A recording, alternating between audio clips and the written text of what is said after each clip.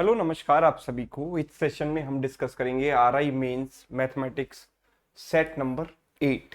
ठीक है, जिसका काफ़ी लोगों को काफ़ी दिन से इंतजार था। काफ़ी दिन से जो मैथ्स मॉक टेस्ट की क्लास है वो यूट्यूब पर नहीं हो पाई थी किसी वजह से, लेकिन अब जो है लगातार कंटिन्यू रहेगी। तो स्टार्ट करने से पहले मैं आपको बता दूं कि जो भी लोग आरआई मेंस एग्जाम के लिए अप्लाई कर रहे हैं तो उनके लिए एक बहुत अच्छी अपॉर्चुनिटी है कि आरआई मेंस एग्जाम के लिए फुल कोर्स ऑल सब्जेक्ट्स का जो है शिवानंद पटनायक ऐप पर आ चुका है और स्टार्ट हो चुका है। राइट, अगर अभी भी आप चाहें तो इसको ज्वाइन कर सकते हैं। जो क्लासेस हो चुकी हैं उनकी रिकॉर्डिंग आपको मिल जाएंगी और जो क्लासेस नहीं हुई हैं वो लाइव प्लस रिकॉर्डेड फॉर्मेट में आपको मिलेंगी। उसके अलावा इसमें देखो सारा सिलेबस तो कंप्लीट होगा ही, उसके साथ साथ एक्सक्लूसिव स्टडी मटेरियल जो सिर्फ और सिर्फ इस बैच के लेवल को, जो एग्जाम के लेवल को ध्यान में रखते हुए तैयार किया गया, वो भी आपको यहाँ पर मिलेगा, है ना। करंट अफेयर्स आपको मिलेगा और एग्जाम ओरिएंटेड क्वेश्चंस की प्रैक्टिस यहाँ पर कराई जाएगी। तो ये ऐप आप डाउनलोड कर लो और इस बैच में जल्दी से जल्दी आप एनरोल कर लीजिए। ठीक है, तो चलिए हम यहाँ पर मॉक टेस्ट का डिस्कशन अपना स्टार्ट करते हैं, है ना। पूरे 40 क्वेश्चन हम यहाँ पर करने वाले हैं। एंड तक बने रहिए। हर क्वेश्चन के आने पर आप वीडियो को पॉज कीजिए, क्वेश्चन को खुद से ट्राई कीजिए और उसके बाद सॉल्यूशन देखिए। Right, average marks of 40 students in English exam is 72. Later it is found that 3 marks 64, 62 and 84 were wrongly entered as 68, 65 and 73. So the average after mistakes were rectified. जब हम mistakes को correct कर लेंगे तो average क्या आएगा। तो देखो मिस्टेक्स को करेक्ट करने के लिए देखो आइडियली ये होने चाहिए थे और उसकी जगह रॉन्ग मार्क्स एंटर हो गए हैं जो ये वाले हैं। तो जब आप करेक्शन करोगे तो यहाँ पर 4 का रिडक्शन करोगे, यहाँ पर 3 का रिडक्शन आपको करना पड़ेगा और यहाँ पर 11 का इंक्रीज आपको करना पड़ेगा। तो कहना इससे कि जो टोटल करेक्शन आपको करना पड़ेगा, जो टोटल में करेक्शन होगा दैट इज 11 माइनस 7 यानी 4 का करेक्शन होगा, +4, है ना। This result is +4। अगर टोटल में +4 का करेक्शन है तो एवरेज में करेक्शन कितना होगा। तो एवरेज में करेक्शन होगा, देखो you should know this thing, change in average is always equal to change in total divided by number of persons. तो change in total is what 4 and number of persons is what 40। तो 4/40 means 1/10 यानी 0.1, यानी average में +0.1 का correction होना चाहिए। तो जो आपका एवरेज आया है ना 72, उसमें आप +0.1 कर दो तो आपका करेक्ट एवरेज आ जाएगा 72.1। यस, ऑप्शन डी क्लियर है, 72.1 इज राइट आंसर। चलिए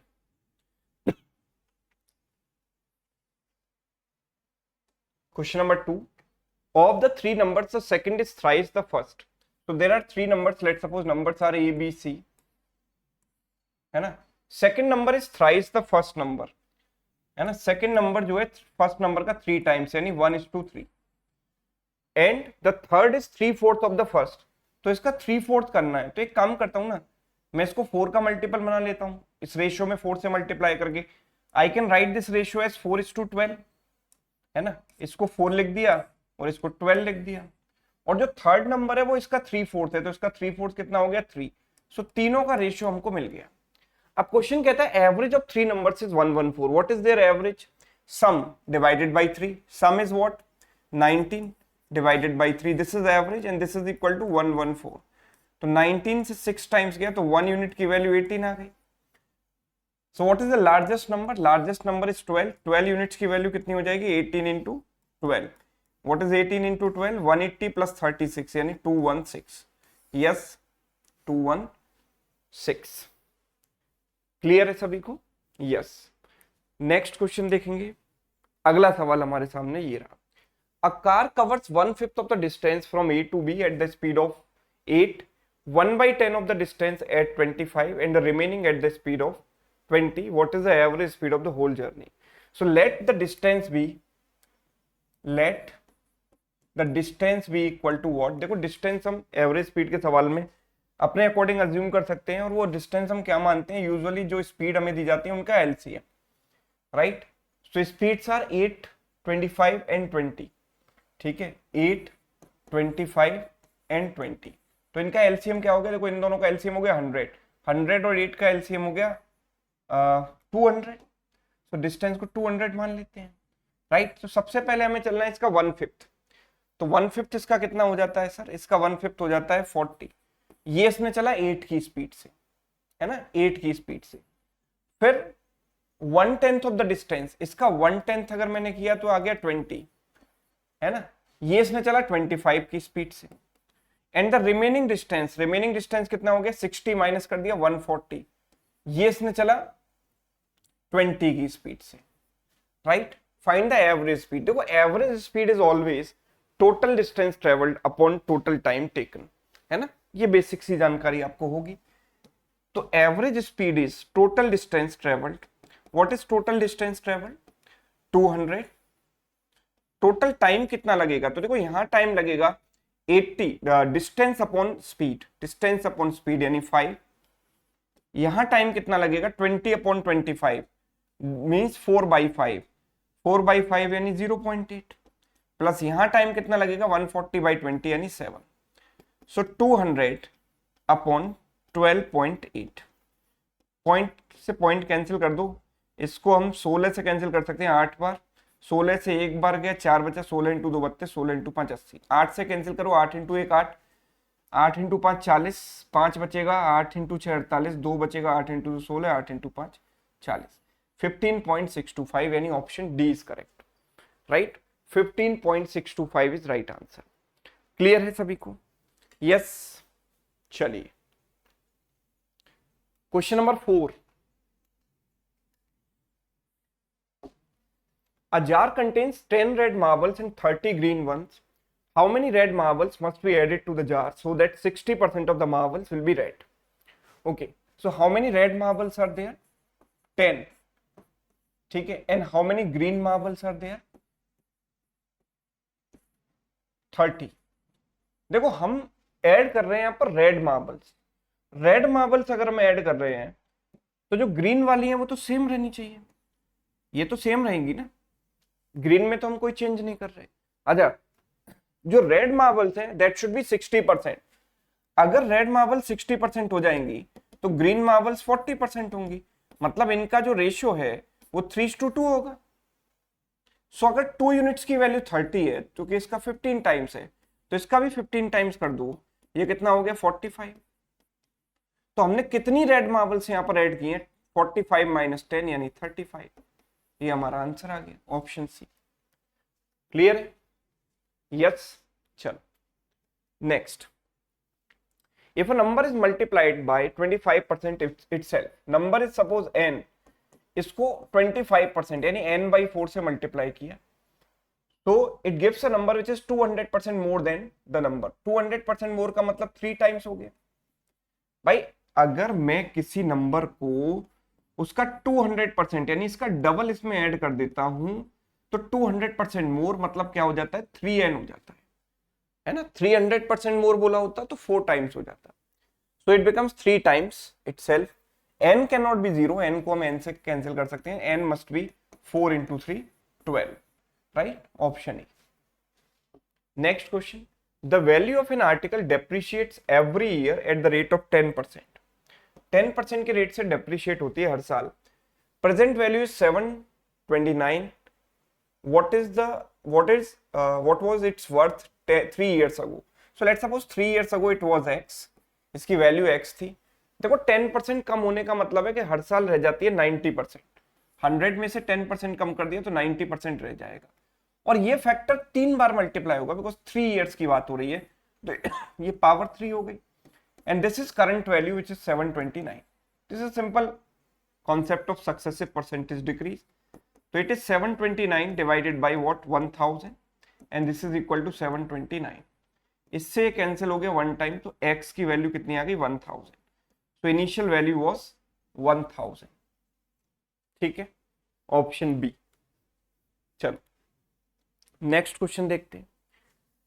सवाल हमसे कहता है the price of onions has been increase by 50%।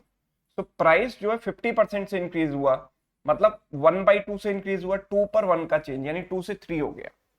तो प्राइस जो है 2 से 3 हो गया। In order to keep expenditure constant, what is the percentage reduction in consumption? तो देखो price and consumption are inversely proportional, है ना। देखो हमें पता है कि एक्सपेंडिचर जो प्राइस और कंजम्पशन का प्रोडक्ट होता है, अगर हमें एक्सपेंडिचर कांस्टेंट रखना है तो इनका जो रेशियो है वो रिवर्स कर देंगे, 3 से 2 हो जाएगा। क्यों? इससे एक्सपेंडिचर कांस्टेंट कैसे होगा? एक्सपेंडिचर इज द प्रोडक्ट, तो प्रोडक्ट इनका क्या हुआ 6, और यहां पर भी हो गया 6, तो कांस्टेंट हुआ ना expenditure. So they should be in reverse ratio. So how much is the reduction here? 1 का रिडक्शन हुआ सर 3 पर, तो 1/3 का मतलब होता है sir 33.33%, which means option B. Clear? Next, walking at 3 km per hour, Pintu reaches 5 minutes late. If he walks at 4 km per hour, he will reach 5 minutes early. What is the distance of Pintu's school from his house? तो देखो speed की अगर हम बात करें तो speed पहले 3 थी और अब हो जाती है 4, ये एक्चुअल स्पीड्स है। तो हम टाइम की बात करेंगे तो टाइम रिवर्स रेशियो में आ जाएगा, speed and time are inversely proportional when the distance is constant. Distance तो सेम रहेगी दोनों केसेस। तो पहले वो 5 मिनट लेट हो रहा था, अब 5 मिनट जल्दी पहुंच गया, मतलब पहले केस और दूसरे केस में 10 मिनट का फर्क आया, है ना। जैसे उसको 9 बजे अगर पहुंचना था तो पहले वो 9:05 पर पहुंचता था, अब 8:55 पर पहुंच जाता है। तो 9:05 और 8:55 में 10 मिनट्स का गैप है। सो दोनों केसेस में 10 मिनट्स का डिफरेंस है। सो 4 यूनिट्स की वैल्यू कितनी हो गई सर? 40 मिनट्स। या 3 यूनिट्स की वैल्यू निकालो, हमें तो डिस्टेंस निकालनी है ना। तो 3 यूनिट्स की वैल्यू कितनी हो जाएगी? 30 मिनट्स। 30 मिनट्स का मतलब half an hour. Half an hour लगता है जब वो 4 की स्पीड से चलता है। तो टाइम इंटू स्पीड बराबर distance, 2 kilometre, option B.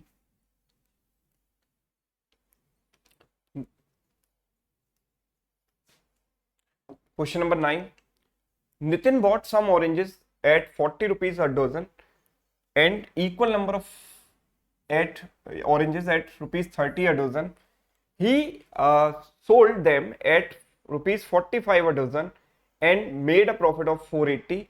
The number of dozens of oranges he bought was what? So let's suppose इसने 40 के रेट में x डजन खरीदे और 30 के रेट में x डजन खरीदे, तो जो CP हो गया वो हो गया 70x। यस और नो? और सेलिंग प्राइस की बात करें तो वो सारे के सारे एप्पल्स को एक कॉमन प्राइस पर बेच रहा है 45 पर डजन, मतलब एक दर्जन की कीमत 45 है। तो how many oranges you have? x plus x 2x dozen, तो आप सारे के सारे बेचोगे तो 90x आपका सेलिंग प्राइस हो गया। सो प्रॉफिट कितना हुआ? CPSP का डिफरेंस 20x। ठीक है, दिस इज इक्वल टू 480, तो x की वैल्यू 24 आ गई। 480/20 24। तो कितने डजन्स ऑरेंजेस उसके पास थे? x प्लस एक्स 2x, है ना। 2x की वैल्यू क्या हो जाएगी? 48, option A, right.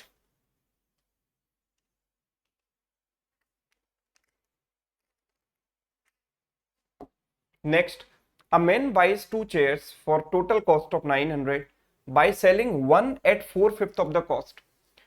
4/5 of the cost पे बेचा, मतलब आपने 5 रुपए की चीज को 4 रुपए में बेच दिया, मतलब आपको 1/5 का लॉस हो रहा है। यानी हम कह सकते हैं कि 20% का लॉस हो रहा है। इतना काम हम मेंटली भी कर सकते हैं लिखे बिना। दूसरे को आपने 5/4 ऑफ द कॉस्ट पर बेचा, यानी 4 रुपए की चीज को 5 में बेचा, मतलब आपको यहाँ प्रॉफिट हुआ 1/4 का, यानी 25% का आपको प्रॉफिट हो रहा है ना। तो हम ये कह रहे हैं कि पहले वाली चेयर पर आपको 20% का लॉस हुआ और दूसरी वाली पर आपको 25% का प्रॉफिट हुआ, और ओवरऑल ट्रांजैक्शन में आप क्या कमाते हो? 90 रुपए कमाते हो, है ना।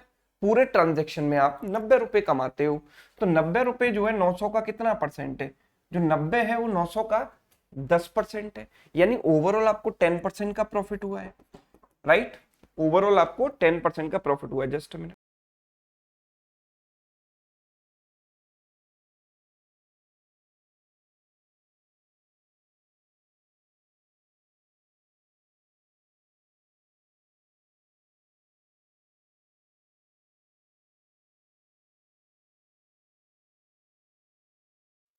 हाँ जी, ओवरऑल आपको 10% का प्रॉफिट हुआ है।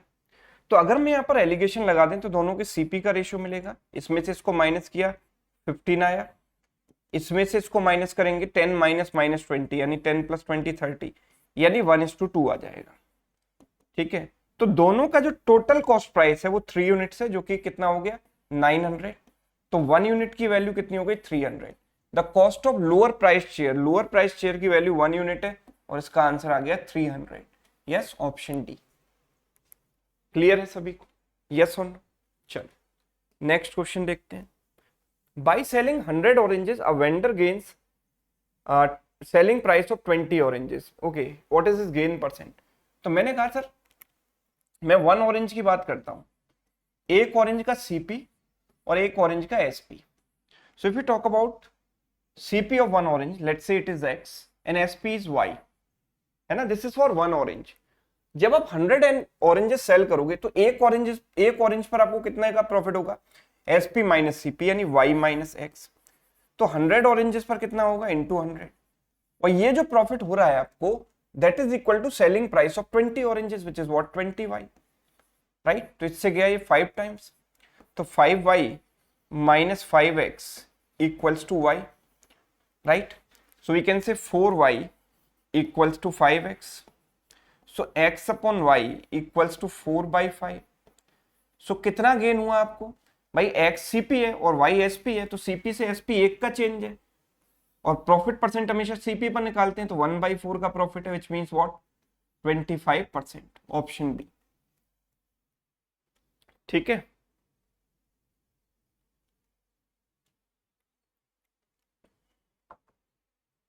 चलिए next question.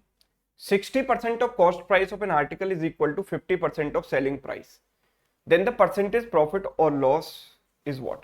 See, 60% of CP is equal to 50% of SP. ठीक है, ये परसेंटेज से परसेंटेज कैंसिल, 0 से 0 cancel, CP upon SP equals to 5/6। 5/6। So how much is the profit? 1 का प्रॉफिट है 5 पर, 1/5। So we can say 20% profit. ठीक है, 20% प्रॉफिट। ठीक है, yes. Next, Maninder bought 2 horses at 40,000 each. He sold 1 horse at 15% gain, but had to sell second horse at a loss. तो पहले वाले हॉर्स पर और दूसरे वाले हॉर्स पर देखो, पहले वाले पर 15% का प्रॉफिट होता है, और सबसे बड़ी चीज ये कि दोनों हॉर्स उसने सेम प्राइस पर खरीदे हैं, दोनों का कॉस्ट प्राइस सेम है, तो हम ये कह सकते हैं कि दोनों के कॉस्ट प्राइसेस का जो रेशियो है वो 1:1 है, राइट। अच्छा, दूसरे वाले हॉर्स को कुछ लॉस पर बेचा, लॉस मींस नेगेटिव, तो मैंने इसको -X% ले लिया, और overall he suffered a loss of 3600 on the whole transaction.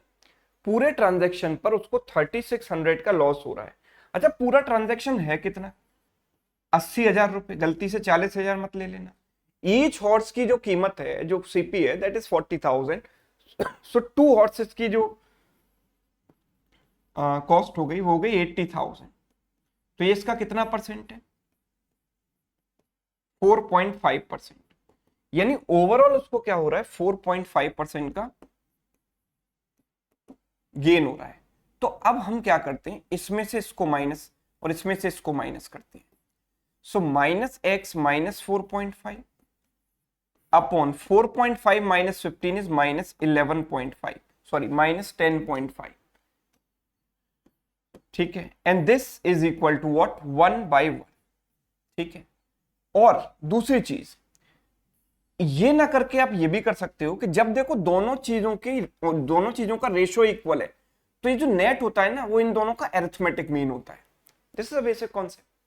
ये जो नेट आएगा वो इन दोनों का अरिथमेटिक मीन, मतलब दिस प्लस दिस बाई 2, इन दोनों के बिल्कुल मिडिल में आएगी ये वैल्यू, है ना। तो ऐसे भी हम कर सकते हैं, 15 माइनस x/2 इक्वल्स टू, अच्छा ओवरऑल उसको लॉस हुआ है तो ध्यान रखें कि यहाँ नेगेटिव लगाना है। Overall he suffered a loss, तो this is a loss, loss means negative, so it is -4.5।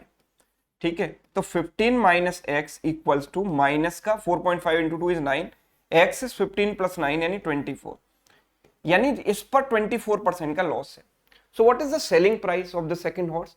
तो कॉस्ट प्राइस था 40,000, और अगर किसी चीज को आप 24% लॉस पर बेच रहे हो, यानी 24% कम कर दोगे, तो कितना परसेंट बचेगा? 100 माइनस 24, वी कैन से 76% यहां बचेगा। तो 40,000 के 76% पर आप इसे सेल करोगे, परसेंटेज से 2 जीरो कैंसिल, तो दिस विल बी 4 6 24, कैरी हो गया 2 30, 30,400 is the right answer, option D. Clear है? Yes. Question number 14, a fruit seller buys x guavas for rupees y. एक बार ट्राई जरूर कीजिए वीडियो पॉज करके। देखो, एक्स गुआवा उसने खरीदे वाई रुपीज में, तो एक गुआवा की वैल्यू कितनी हो गई? Y upon x. एक गुआवा की कीमत क्या हो गई? Y upon x. और जब वो बेच रहा है तो he selling at the rate of y guavas for rupees x, यानी एक्स रुपीज में वो वाई गुआवास बेच रहा है, तो एक गुआवा की वैल्यू कितनी हो गई? एक्स अपॉन वाई, है ना। तो सीपीएसपी का अगर मैं रेशियो निकालूं तो ऐसे क्रॉस मल्टीप्लाई कर सकता हूं, y square x square.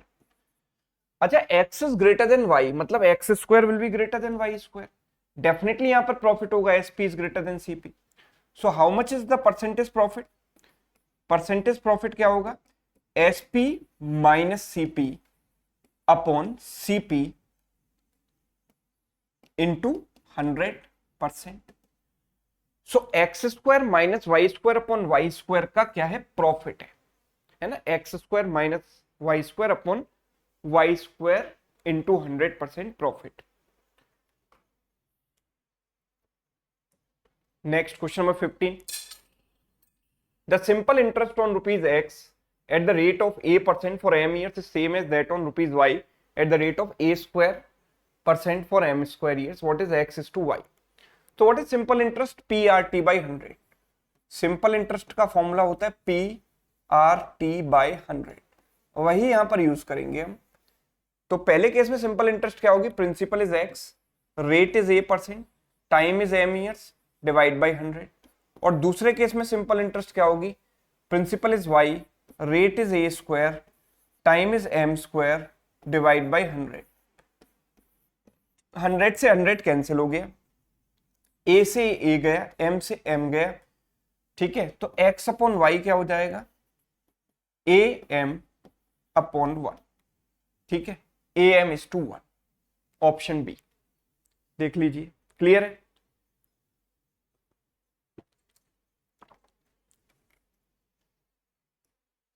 Next, A took two loans altogether for 1200 from B and C. B claimed 14% in simple interest per annum. C claimed 15%. The total interest paid by A in 1 year is 172. Then A borrowed how much? Okay, A ने B से कितना बोरो किया है, C से कितना बोरो किया है, ये हमें निकालना है। देखो, दो तरीके हैं इसके। या तो आप इसमें एलिगेशन लगा सकते हो, बट 172 1200 का कितना परसेंट है ये निकालना थोड़ा पॉइंट में आएगा, है ना, बिकॉज 12 का मल्टीपल तो है नहीं, तो ये पॉइंट में आएगा, तो this will create some problem. तो बेटर क्या है, देखो ये जो अप्रोच है जो मैं आपको बता रहा हूं, मैं ये कह रहा हूं कि बी से और सी से, बी से इंटरेस्ट चार्ज करता है 14% और सी से इंटरेस्ट चार्ज करता है 15% एक साल में, तो इसको इंटरेस्ट देनी पड़ती है टोटल 172 कुल मिलाकर। अच्छा, अगर मैं दोनों को इक्वेट कर दूं, let's take one of the numbers, इनमें से कोई भी एक नंबर चूज कर लो, दोनों को उसके बराबर रख दो। इजियर नंबर इज 15%, तो अगर मैंने 15% इसको दिया और 15% इसको इंटरेस्ट देता, तो ओवरऑल पर भी 15% इंटरेस्ट देनी पड़ती मुझे। तो टोटल प्रिंसिपल कितना है? 1200। What is 15% of 1200? 10% is 120, 5% is 60, तो 120 प्लस 60 इज 180, तो उस केस में मुझे इंटरेस्ट देनी पड़ती 180। यस, तो मैं ये देख पा रहा हूं कि यहां पर मुझे देखो ये दोनों तो इक्वल है, ये 1% जो एक्स्ट्रा है इसकी वजह से कितना इंपैक्ट आया? 8 रुपीज का। यानी ये जो बी ने इसको अमाउंट उधार दिया है, जो भी पैसा इसको, जो भी लोन दिया है, उसका 1% 8 के इक्विवेलेंट है ना। 1% 8 के इक्विवेलेंट है, तो 100% 800 के इक्विवेलेंट होगा। यानी बी ने इसको दिया है 800, तो सी ने इसको कितना दिया है? बिकॉज टोटल कितना है? 1200, तो सी ने इसको कितना दिया है? 400। यानी इसने बी से 800 रुपये लिया है और सी से 400 रुपये लिया है, तो बी से 800 रुपये लिया है, ये करेक्ट है ना, बिकॉज ये तीनों तो रॉन्ग हो गए ना, ये तीनों क्या हो गए, रॉन्ग हो गए। ठीक,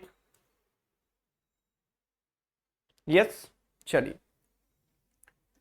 next question, a regular polygon has each of its angles equal to 3/5 times of 2 right angles, then the number of sides is what. देखो रेगुलर पॉलीगन का जो ईच एंगल होता है ना, वो होता है n-2 इंटू 180, ये तो एंगल्स का सम होता है ना, तो सारे एंगल्स इक्वल है बिकॉज रेगुलर पॉलीगन है, तो ईच एंगल क्या होगा, इसको n नंबर ऑफ एंगल से डिवाइड कर दो, तो ईच एंगल इतना होगा, and this is 3/5 times the sum of 2 right angles. 2 right angles का मतलब 90 + 90 टोटल 180 हो गया, इससे ये कैंसिल हो गया, क्रॉस मल्टीप्लाई कर दो, 5n - 10 इक्वल्स टू 3n, तो 5n - 3n यानी 2n की वैल्यू हो गई 10, सो n की वैल्यू क्या हो जाती है 5, सो नंबर ऑफ साइड्स यहां पर क्या हो जाती है 5, बाय मिस्टेक दोनों ऑप्शन सेम हो चुके हैं, 5 is correct. Next, a square of area 200 square meter, a new square is formed in such a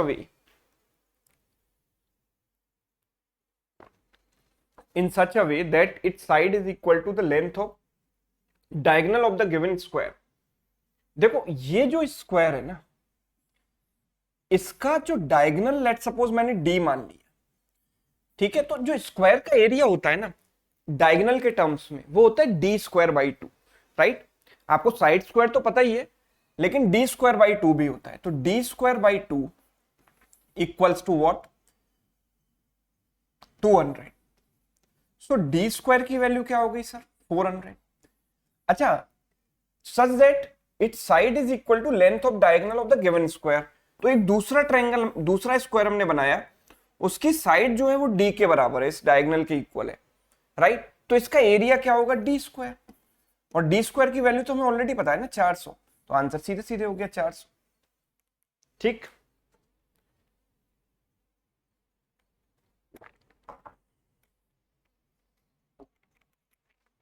the heights of a cone, cylinder and hemisphere are equal if their radii are in the ratio of 2:3:1, then the ratio of their volumes is what?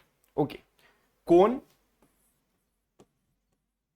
cylinder and hemisphere, ठीक है, तो जो इनकी radius है वो किस ratio में है, radii are in the ratio of 2:3:1, let's suppose they are 2:3:1, heights are equal, तो heights 1:1:1 मान लें,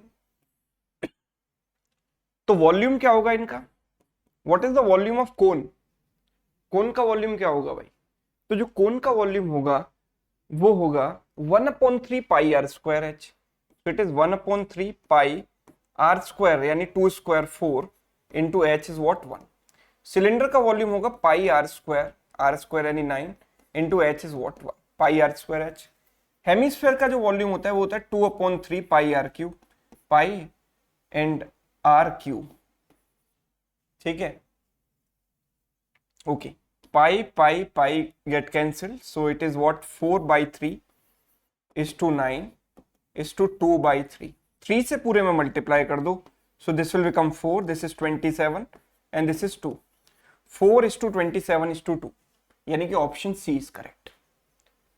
clear, next question, a motor boat can travel 10 kilometre per hour in still water, it travel 91 kilometre downstream, तो देखो 91 kilometre वो चली down stream speed क्या होगी, boat की स्पीड स्टिल वाटर वाली प्लस स्ट्रीम की स्पीड, तो बोट की स्पीड क्या है 10 और स्ट्रीम की स्पीड हमने मान ली सपोज y, और फिर जब वो वापस आएगी तो सेम डिस्टेंस चलेगी अपस्ट्रीम स्पीड क्या हो जाएगी 10 - y, तो इसको जो टोटल टाइम लगता है वो 20 आवर्स लगता है, right. What is the rate of flow of river, यानी y की वैल्यू में बतानी है, अब कॉमन सेंस लगाओ आप, 91 जो है दो नंबर्स का मल्टीपल है 13 और 7 का, राइट, तो अगर मैं y की वैल्यू 3 रख दूंगा तो ये 13 आ जाएगा, तो let's put y equals to 3, तो ये 91/13 आ जाएगा और ये 91/10 - 3 7 आ जाएगा, सो इट इज 7, दिस इज 13 और टोटल इज व्हाट 20, यानी बाई जो जो y की वैल्यू जो 3 है दैट कंप्लीटली सेटिस्फाइड दिस, तो by options we can solve this, है ना, by options we can solve this.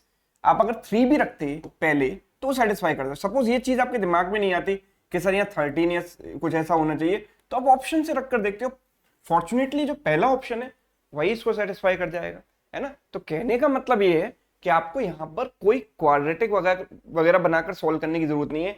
इस टाइप की इक्वेशंस को सॉल्व करने का बेस्ट रास्ता है ऑप्शंस या फिर hit and trial. Next, a man driving at 3/4 of the original speed reaches destination 20 minutes late। तो अगर हम स्पीड की बात करें तो 3/4 हो जाती है, मतलब वैल्यू 4 से हो जाती है 3, ठीक है। तो जो टाइम है वो 3 से 4 हो जाएगा। सो कितना वो लेट हुआ, कितना टाइम एक्स्ट्रा लगा, 1 unit, and that is equal to 20 minutes. 1 unit की वैल्यू 20 मिनट्स। तो यूजुअल टाइम क्या होता है, हमेशा पहले वाला यूजुअल स्पीड से जो चला जाता है, जो टाइम लिया जाता है 60 minutes. 60 minutes means what, 1 hour, जो 60 मिनट्स में दिया गया 60 minutes.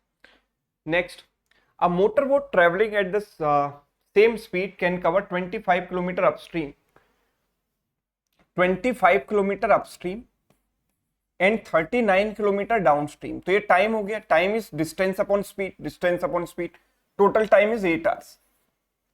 And it can travel 35 kilometre upstream and 52 kilometre downstream in 11 hours. तो these are two simultaneous equations जिनको आप सॉल्व कर सकते हैं, है ना। लेकिन सॉल्व करने से पहले आप थोड़ा कॉमन सेंस लगाओ, जो हमेशा डाउनस्ट्रीम का जो कोफिशिएंट है उसको आप देखा करो। तो यहाँ 39 और 52 है, ये जो 39 और 52 है इन दोनों का हाईएस्ट कॉमन फैक्टर क्या है, तो इन दोनों का हाईएस्ट कॉमन फैक्टर है 13, मतलब दोनों 13 के मल्टीपल है। तो 99.99% चांसेस हैं कि डी की वैल्यू 13 हो। तो एक बार ट्राई कर लेता हूं, अगर मैं डी की वैल्यू यहाँ 13 रखता हूं तो ये 3 आएगा, 3 में 5 जोड़ना पड़ेगा तभी 8 आएगा। तो 5 लाने के लिए इसको 5 से डिवाइड करना पड़ेगा, 5 इंटू 5 25, टोटल 8 हो गया। मतलब ये सेटिस्फाई करने वाली वैल्यूज हैं 5 एंड 13। अब देखते हैं कि ये इसको सेटिस्फाई करती हैं कि नहीं। तो इसकी जगह मैंने 5 रखा और इसकी जगह 13 रखा। तो 5 से गया 7 टाइम्स, 13 से गया 4 टाइम्स, 7 + 4 11 आ रहा है। यानी डी और यू की वैल्यू परफेक्टली ओके है ना। So what is the speed of stream, speed of stream होता है D minus you upon 2, D minus you upon 2, है ना। स्पीड ऑफ द बोट होता है डी प्लस यू अपॉन 2 और speed of the stream D minus you by 2, यानी कि it is 8/2, यानी कि 4। सो द राइट आंसर इज 4। ठीक, next, if a sum of money placed at compound interest compounded annually doubles itself in 5 years, यानी आपने 1 रुपया उधार लिया था तो 5 साल में वो 2 रुपया हो गया 5 years में, है ना। कंपाउंड इंटरेस्ट में अगर रेट सेम है तो अगले 5 साल में फिर ये डबल हो जाएगा और फिर अगले 5 साल में इसका भी डबल, यानी 4 का डबल 8 हो जाएगा। तो जो हमारा पैसा है वो 8 टाइम्स कितने टाइम में हुआ, यही पूछा है ना। ये 8 टाइम्स हो गया कितने टाइम में, 5 + 5 + 5 यानी 15 ईयर्स में, right? Next, a person left an amount of 1,20,000 to be divided between his two sons aged 14 years and 12 years such that they get equal amounts when they attain 18 years of age। तो 1,20,000 रुपए भाई, कितना, 1,20,000 रुपए इसने divide किया। तो एक सन को मिलता है सपोज ए और दूसरे को मिलता है बी, तो a प्लस बी दोनों के प्रिंसिपल्स का जो सम है दैट इज 1,20,000। तो a मिलता है पहले वाले को और दूसरे वाले को b मिलता है। इसकी एज कितनी है, 14 ईयर्स और इसकी एज है 12 ईयर्स। तो जब ये 18 के होंगे तो 18 होने में इसको कितने लगेंगे, 18 ईयर्स होने में इसको 4 साल लगेंगे और 18 ईयर्स का होने में इसको 6 साल लगेंगे, 6 years, right. Rate of simple interest is 5% and both of them get equal amounts when they attain 18 years of age। तो यानी 18 years का होने पर दोनों को इक्वल अमाउंट मिलेंगे। तो इसको कितना अमाउंट मिलेगा, इसको इंटरेस्ट कितनी मिलेगी, 5 साल में 5% के रेट से 4 साल में, तो 5 × 4 20%, और इसको इंटरेस्ट कितनी मिलेगी, 5 × 6 30%। यानी जो इसका अमाउंट होगा वो प्रिंसिपल का 120% होगा। तो 120% ऑफ प्रिंसिपल, इसका प्रिंसिपल था ए और इसका अमाउंट होगा 130% ऑफ प्रिंसिपल। प्रिंसिपल था बी, तो यानी ए और बी का जो रेशियो आ गया वो क्या आ गया 13/12, जो प्रिंसिपल्स का रेशियो है 13/12। तो the younger son share is what at present, younger son का जो शेयर है, यंगर सन कौन है 14 या 12, जिसकी एज कम है वही तो यंगर होगा, यानी बी की वैल्यू हमें बतानी है। सो बी कितना होगा इसमें से 12 by total, total is what 25, 12/25 of the some is what 1,20,000, ठीक है ना। यस 12 से मल्टीप्लाई कर दो 144,0,000 डिवाइड बाई 25, ठीक है 25 इंटू 5 125, बचेगा कितना 19, 25 इंटू 7 175, 15 बचेगा, 25 into 6 150, 57600, that means option B. Done. Next question number 25 algebra का सवाल है। A square plus b square plus c square, a square plus b square plus c square, इसको मैं अगर 2 को अंदर मल्टीप्लाई कर दूं तो I can write this as 2a minus 2b minus 2c minus this is -3, this is -3 not equal, ठीक है। अच्छा अगर मैं इसको इधर लेकर आऊंगा, देखो इसको इधर लेकर आ रहा हूं, जो मैं यहां पर देख पा रहा हूं कि मैं एक परफेक्ट स्क्वायर बना सकता हूं, ए स्क्वायर माइनस 2a, और ये -1 को इधर ले आते हैं, इसको मैं 3 इक्वल पार्ट्स में ब्रेक कर दूं, है ना, -1 -1 -1 -3, -1 को इधर लाएंगे तो +1 हो जाएगा, ठीक है। एक तो ये प्लस बी स्क्वायर, ये +2b हो गया इधर आकर, और ये भी +1 हो जाएगा, एक +1 इसको दे दो, और प्लस सी स्क्वायर, ये +2c हो गया, और एक +1 इसको दे दो, इक्वल में क्या बचा 0। So we can say this is a -1 whole square, this is b plus 1 whole square, this is c plus 1 whole square, and this is equal to 0. now तीन नंबर्स का स्क्वायर, तीन नंबर्स के squares का सम 0 है। now none of them can be negative, देखो 0 कब आता है जब पॉजिटिव नंबर नेगेटिव को कैंसिल कर देता है, पर स्क्वायर में कोई वैल्यू नेगेटिव तो हो नहीं सकती, तो 0 कैसे आ सकता है जब ऑल थ्री आर इंडिविजुअली 0, मतलब a -1 भी 0 हो गया, b + 1 भी 0 हो गया, और c + 1 भी 0 हो गया। सो ए की वैल्यू यहां से क्या आ गई 1, बी की वैल्यू -1 और सी की वैल्यू -1, तो हमें चाहिए a minus b plus c, so a is what 1 minus -1 plus c is what -1, ठीक है। तो 1 + 1 2 -1 is what 1, so the right answer is option C, ठीक। यस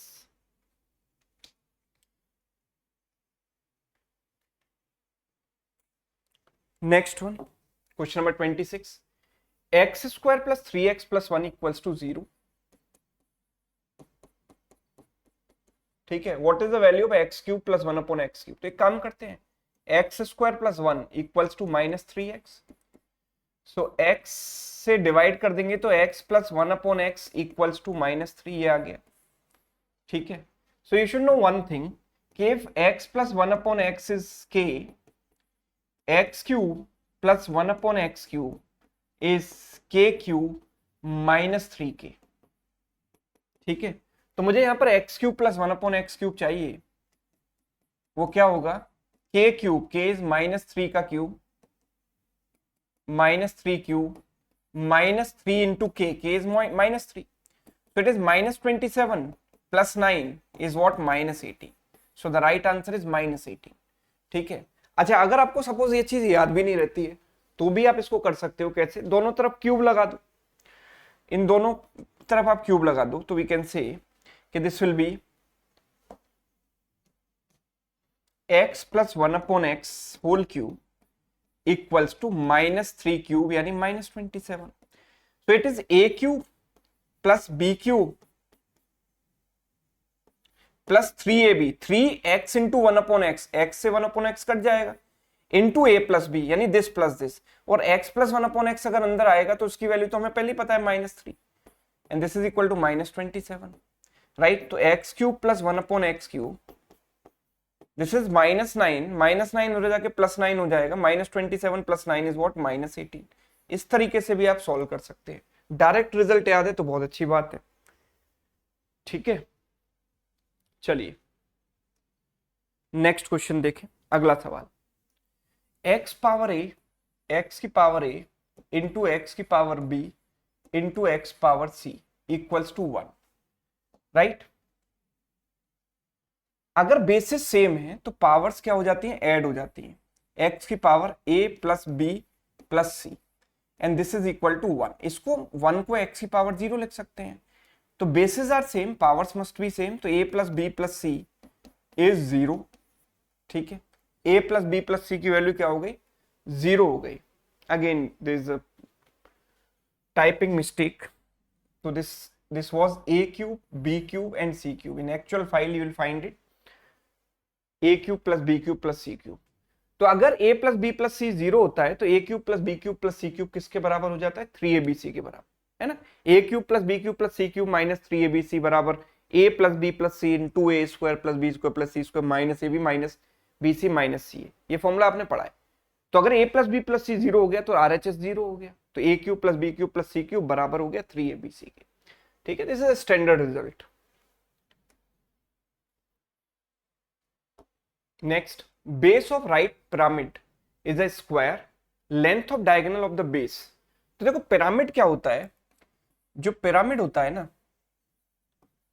आप ऐसे याद रखो, it is a cone type figure. Cone से आप रिलेट कर सकते हो, pyramid is always cone type figure, है ना। जैसे कोन में बेस सर्कुलर होता है, पिरामिड में बेस सर्कल के अलावा कुछ और भी हो सकता है ना। जैसे यहाँ पर बेस है स्क्वायर, पिरामिड का जो बेस है वो स्क्वायर है, और ये सारे के सारे टॉप पर आप जाकर मिलेंगे, राइट। आप इसको 3D में इमेजिन करो कि बेस एक स्क्वायर है, तो यहाँ पर इतने 1 2 3 4 फेस आएंगे इसके, जो कि एक टॉप पॉइंट पर जाकर मिलते हैं, right. So diagonal of the base is 24√2, तो साइड इज 24। भाई स्क्वायर का डायगोनल क्या होता है, साइड इंटू √2, तो साइड इज व्हाट, 24, ठीक है।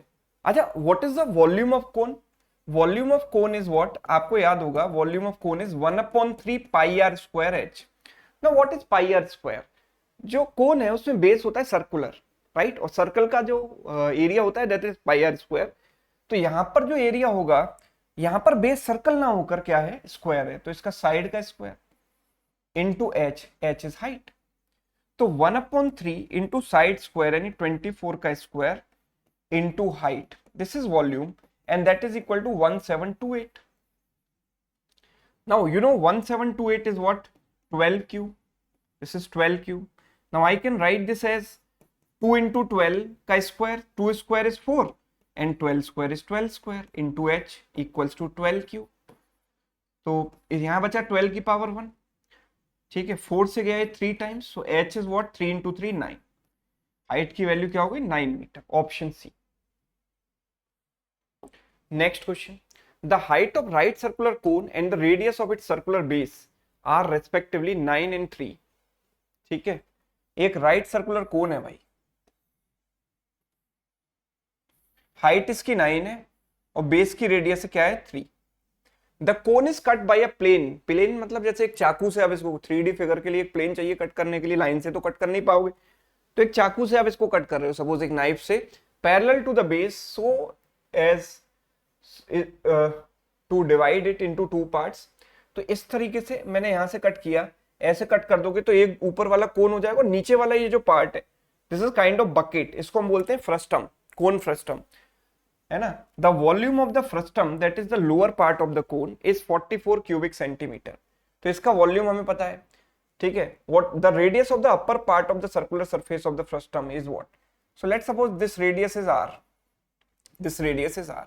If you join these two, if you join these two, and if you carefully look at this, this is 90 degree, this is also 90 degree, this angle is common between this smaller triangle and bigger triangle, है ना। both are right angle triangles, दोनों में एक एक angle 90 degree है, एक angle common है, तो ये पैरेलल लाइंस है, तो ये एंगल्स भी इक्वल हो गए, मतलब these two are similar triangles, है ना। अगर आप पैरेलल प्लेन से कट करते हो तो हमेशा एक सिमिलर ट्रायंगल बनेंगे, और आपको पता होना चाहिए कि इन सिमिलर ट्रायंगल्स का ये जो छोटा वाला कोन बन रहा है और ये जो बड़ा वाला कोन बन रहा है, इनका जो वॉल्यूम है, देखो इसका वॉल्यूम मैंने मान लिया V1, इसका वॉल्यूम मान लिया V1, और बड़े वाले कोन का वॉल्यूम मान लिया V2, तो V1 by V2 is equal to इनकी रेडियस, बेस रेडियस का क्यूब या फिर हाइट का क्यूब, पर हाइट तो हमें पता नहीं है, तो रेडियस के क्यूब के प्रोपोर्शनल होगा।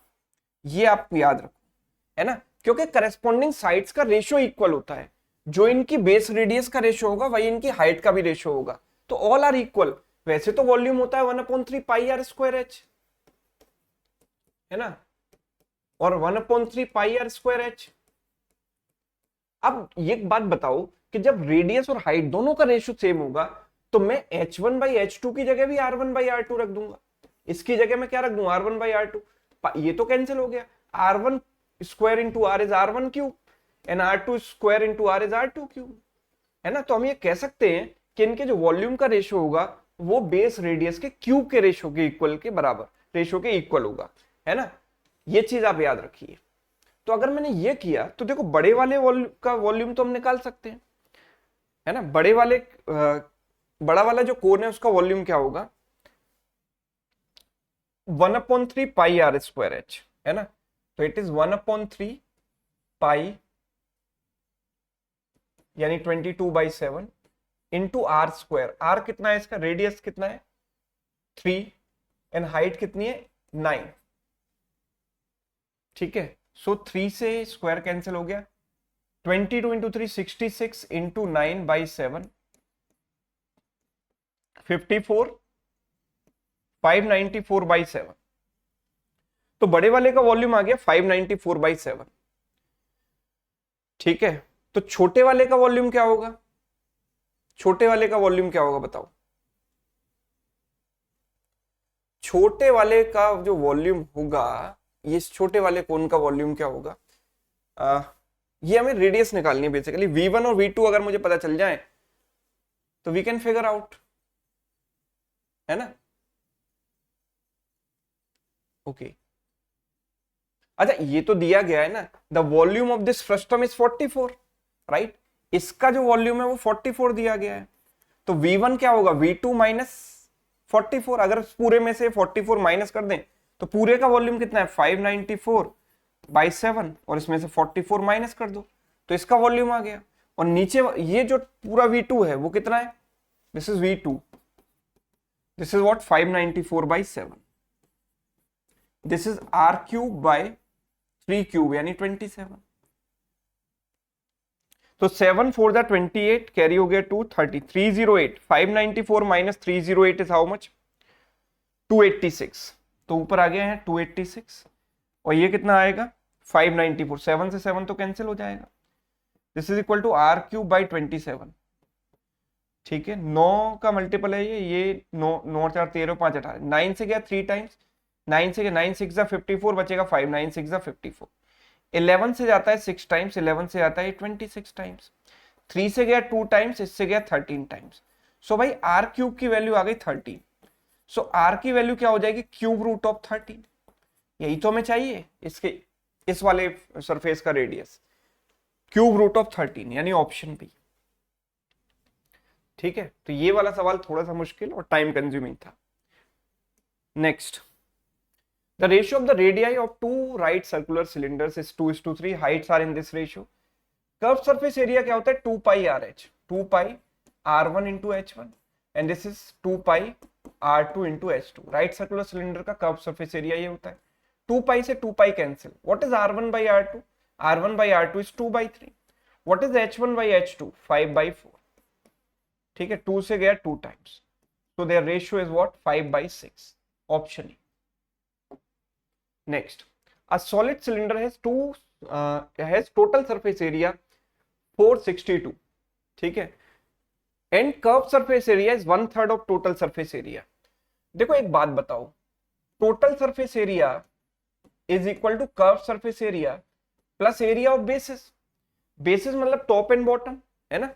तो सिलेंडर में टॉप और बॉटम दोनों जो है सर्कुलर होते हैं, each having area pi r square, तो दोनों का टोटल एरिया क्या हो गया 2 पाई आर स्क्वायर, ठीक है। तो टोटल सरफेस एरिया तो हमें पता है कितना 462, कर्व सरफेस एरिया कितना हो गया इसका 1/3। What is 1/3 of this number, इसका 1/3 मैंने निकाला 3 1 जा 3 3 5 टाइम्स 4 टाइम्स 154। अगर मैं इसमें से 154 माइनस कर देता हूं तो कितना आता है 308, ये आ जाता है 308। सो 2 पाई r² की वैल्यू जो है ना सर, 2 पाई r², पाई की वैल्यू रख दो 22/7, pi is 22/7 into r², it is equal to 308। 11 से गया 2 बार, 11 से गया 28 टाइम्स, 28 बार, ठीक है। 2 इंटू 2 4 से गया 7 बार, तो r² equals to 7 into 7 7², so r की वैल्यू आ गई 7। अब जो वॉल्यूम ऑफ सिलेंडर होता है, आप ये तो जानते हो कि volume of cylinder is πr²h, लेकिन इसका एक दूसरा फॉर्मेट भी होता है, that is half into curve surface area into radius. Volume को हम ऐसे भी लिख सकते हैं मैनिपुलेट करके, तो इसको भी आप याद रखो, इस पर बहुत सवाल बनते हैं एग्जाम में, है ना। तो half into curve surface area में ऑलरेडी पता है 154, यहां निकाल लिया हमने। रेडियस इज व्हाट 7, 2 से गया कितने टाइम्स 77 टाइम्स, 77 इंटू 7, 7 7 जा 49, कैरी हो गया 4, 49 प्लस 4 53, तो answer is what 539, option C. Clear? Yes. Next question number 32। सवाल कहता है cylinder in a cone have equal radii of bases and equal heights, ratio of the curve surface areas is this, ठीक है। Ratio of their radius and height is what. देखो cone, एक cylinder और एक है कोन, ठीक है। इसकी हाइट h है और रेडियस r है, तो इसकी भी हाइट h और रेडियस क्या हो गई r, दोनों में इक्वल है। तो this is slant height l, this is what right angle triangle है, तो √h² प्लस r², ठीक है। अब क्वेश्चन हमसे कहता है कर्व सरफेस एरिया, इसका कर्व सरफेस एरिया क्या होता है 2πrh, 2πrh, और इसका कर्व सरफेस एरिया होता है πrl, and that is equal to 8/5, ये रेशियो 8/5 है, ठीक है। पाई से पाई कैंसिल, r से r कैंसिल, 2 से गया ये 4 टाइम्स, तो h/l इक्वल्स टू 4/5। मैं l² कर लूं यहां पर, l² will be what h² plus r² हम ये कह सकते हैं। सो अगर स्क्वायर कर दें दोनों तरफ, तो h²/l² इक्वल्स टू 4² 16, 5² 25, ठीक है। l² की जगह मैं क्या रख सकता हूं, l² की जगह मैं रख सकता हूं h² plus r², and this is 16/25, ठीक है। अगर आप क्रॉस मल्टीप्लाई कर देते हैं तो 25h² equals to 16h² plus 16r², 25 minus 16 is what 9h² equals to 16r², ठीक है। Ratio of the radius and height is what, तो हम कह सकते हैं r²/h², r²/h² is what 9/16, r/h is equal to what 3/4, r/h की value क्या हो गई 3/4, रेडियस एंड हाइट का रेशियो चाहिए, so it is what 3/4। Clear?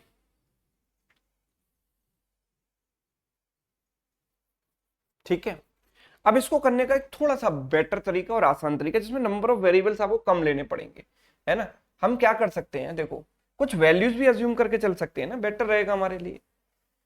इतने सारे वेरिएबल लेने से अच्छा है कि हम वैल्यू ले लें। ये एक सिलेंडर है और ये एक कोन है, हमें पता है curve surface area is πrl, तो स्लेंट हाइट की हमें जरूरत पड़ेगी। तो पाइथागोरियन ट्रिपलेट्स, सबसे आसान वाला पाइथागोरियन ट्रिपलेट्स यानी राइट एंगल ट्रायंगल की साइड्स है 3 4 5, है ना। ये सबको पता होती है कि राइट एंगल ट्रायंगल की साइड्स है 3 4 5, तो हमने 3 4 5 ले ली यहाँ पर। तो अगर ये 3 है तो ये इसकी रेडियस भी 3 हो गई, क्वेश्चन में ऐसा कहा गया है। अगर इसकी हाइट 4 है तो इसकी हाइट भी 4 हो गई, ठीक है। यस, तो कर्व सरफेस एरिया का जो रेशियो हुआ वो क्या बना, लेट्स सपोज एक वेरिएबल भी ले लेते हैं 3k 4k 3k 4k and this is 5k, ठीक है। तो कर्व सरफेस एरिया क्या हुआ यहाँ पर 2πrh, 2π इंटू RH, r की वैल्यू कितनी है, r की वैल्यू क्या है, अच्छा लेकिन हाँ ये देखो ऐसे ही देकर, मैंने सबसे आसान वाला पाइथागोरियन ट्रिपलेट लिया है ना, सबसे इजी वाला पाइथागोरियन ट्रिपलेट लिया है। तो अगर हम इनके कर्व सरफेस एरिया को देखें तो इसका curve surface area 2πrh, 2π into 3 into 4, और इसका curve surface area πrl, π into 3 into 5। Pi से पाई कैंसिल हो गया, 3 से 3 कैंसिल, तो इट इज 8/5 जो कि सेटिस्फाई कर रहा है यहाँ पर। सेटिस्फाई कर रहा है मतलब इसकी रेडियस और हाइट का रेशियो यही है 3:4। मतलब ऐसा हम एक सिंपल सा पाइथागोरियन ट्रिपलेट्स लेकर कर सकते हैं, है ना। ठीक है, वो मेरे दिमाग में ऐसा क्यों आया, क्योंकि अगर मैं इन गिवन ऑप्शंस को देखता हूं तो सबसे आसान पाइथागोरियन ट्रिपलेट जो सबको पता होता है वो 3, 4, 5 है। यानी रेडियस और हाइट जो है वो पाइथागोरियन ट्रिपलेट बनानी चाहिए, रेडियस हाइट और स्लेंट हाइट। तो 1 और 2 में 1 और 2 तो कहीं आता नहीं है, 1 और 3 भी नहीं आता, 2 और 3 भी नहीं आता, लेकिन 3, 4 आता है। तो 3, 4, 5 तो इस तरीके से क्लिक करना चाहिए आपके दिमाग में, राइट। अदरवाइज वो जो मेथड बताया वो तो है ही। A solid is hemispherical at the bottom and conical above. ऊपर conical है और नीचे hemispherical है. If the surface areas of two parts are equal. Okay, what is the surface area of cone? What is the surface area of cone? Cone का surface area होता है पाई r l, है ना। And cone का surface area होता है क्या, pi r l. So let's suppose this is r, this is h. So L is what? Root h square plus r square. ठीक है, and this is r only. तो इसका surface area क्या होगा, pi r L. और curve surface area ही लेना है, right, क्योंकि ये जो इसका बेस है ना ये तो जुड़ा हुआ है इसके साथ, तो वो तो सरफेस पर है ही नहीं, सो वो सरफेस में काउंट नहीं होगा। तो we have to take curve surface areas of both. तो इसका कर्व सरफेस एरिया क्या होगा, pi r l, pi r into l. And इसका कर्व सरफेस एरिया क्या होता है, 2πr², 2πr²। These two are equal, इससे कैंसिल हो गया। सो L इक्वल्स टू 2r, ये रिलेशन आ गया। L की जगह मैं क्या रख सकता हूं, root h square plus r square equals to 2r। अगर दोनों साइड स्क्वायर कर दिया तो h square plus r square equals to 4r square. So we can say 3r square equals to h square. 4 - 1 is 3। सो हमें क्या चाहिए, radius और हाइट का रेशियो। तो r square upon h square क्या हो जाएगा, r square upon h square is 1/3। So are upon H क्या हो जाएगा, इसका स्क्वायर रूट, इसका स्क्वायर रूट हो गया 1/√3, 1/√3। ठीक है, next, base of right prism. तो जैसे हम अभी मैंने आपको बताया पिरामिड जो है वो कोन टाइप स्ट्रक्चर होता है, इसी तरीके से जो प्रिज्म होता है ना, प्रिज्म सिलेंडर टाइप होता है, सिलेंडर टाइप, यानी टॉप और बॉटम एक जैसे होते हैं, टॉप और बॉटम एक जैसे होते हैं, आप इसको याद रखिए। तो base of right prism is an equilateral triangle of side 6। तो कुछ इस तरीके से ऊपर भी इक्विलेटरल ट्रायंगल और नीचे भी इक्विलेटरल ट्रायंगल, इनको हमने जोड़ दिया, है ना। 3D में आप इमेजिन कर सकते हैं कि प्रिज्म बन गया 1 2 3, 3 सरफेस है और ऊपर टॉप नीचे बॉटम, है ना, इस तरीके से। सो वॉल्यूम देखो, अब अगर मैं जैसे सिलेंडर के वॉल्यूम की बात करूं तो it is πr² into H. πr² क्या होता है, एरिया ऑफ द बेस। तो यहां पर एरिया ऑफ बेस, वहां पर बेस सर्कल होता है तो एरिया πr² हो जाता है, इनटू व्हाट, हाइट। ठीक है, दिस इज वॉल्यूम।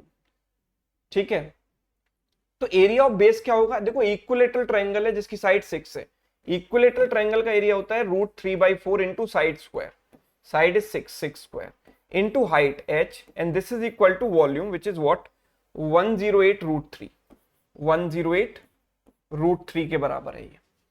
ठीक है, ये किसके बराबर है, 108√3 के बराबर है। तो यहां पर क्या होता है कि √3 से √3 कैंसिल हो गया, 6 स्क्वायर 36 से गया 3 टाइम्स, सो h की वैल्यू 4 × 3 क्या आ जाती है, 12 आ जाती है।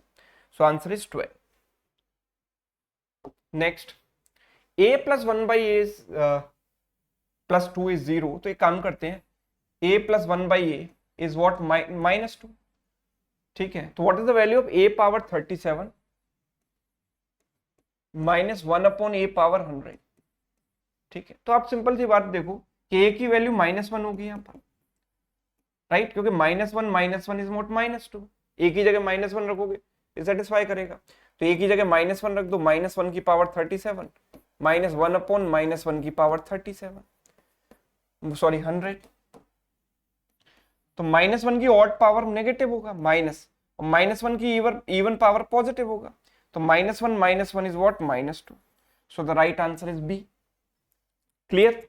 Question number 36, the value of k for which the graph of these two are parallel. Graph मतलब ये दोनों स्ट्रेट लाइन है, लीनियर इक्वेशन मतलब स्ट्रेट लाइन है, यानी पैरेलल लाइंस कब होती हैं, जब x के कोफिशिएंट का रेशियो y के कोफिशिएंट के रेशियो के बराबर हो। तो x के कोफिशिएंट का रेशियो क्या हो गया, k minus one upon two minus के, और y के कोफिशिएंट्स का रेशियो क्या हो गया, आप देखो ये हो गया वन, y का कोफिशिएंट यहाँ वन है, यहाँ माइनस थ्री है, तो वन अपॉन माइनस थ्री। अगर क्रॉस मल्टीप्लाई किया तो it is two minus k equals to minus three k plus three, right. So three k minus k यानी two k equals to three minus two यानी one. तो k की value क्या हो जाती है, वन बाई टू हो जाती है, k की वैल्यू हो जाती है one by two.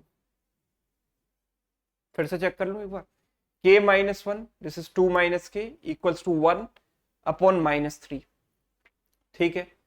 To minus k equals to minus three k plus three, so three k minus k यानी टू के की वैल्यू क्या हो जाती है, टू के इज इक्वल टू वन, तो k is one by to. देख लें एक्चुअल जो मॉक टेस्ट है, टाइपिस्ट की मिस्टेक तो नहीं है, बट चेक कर लेते हैं।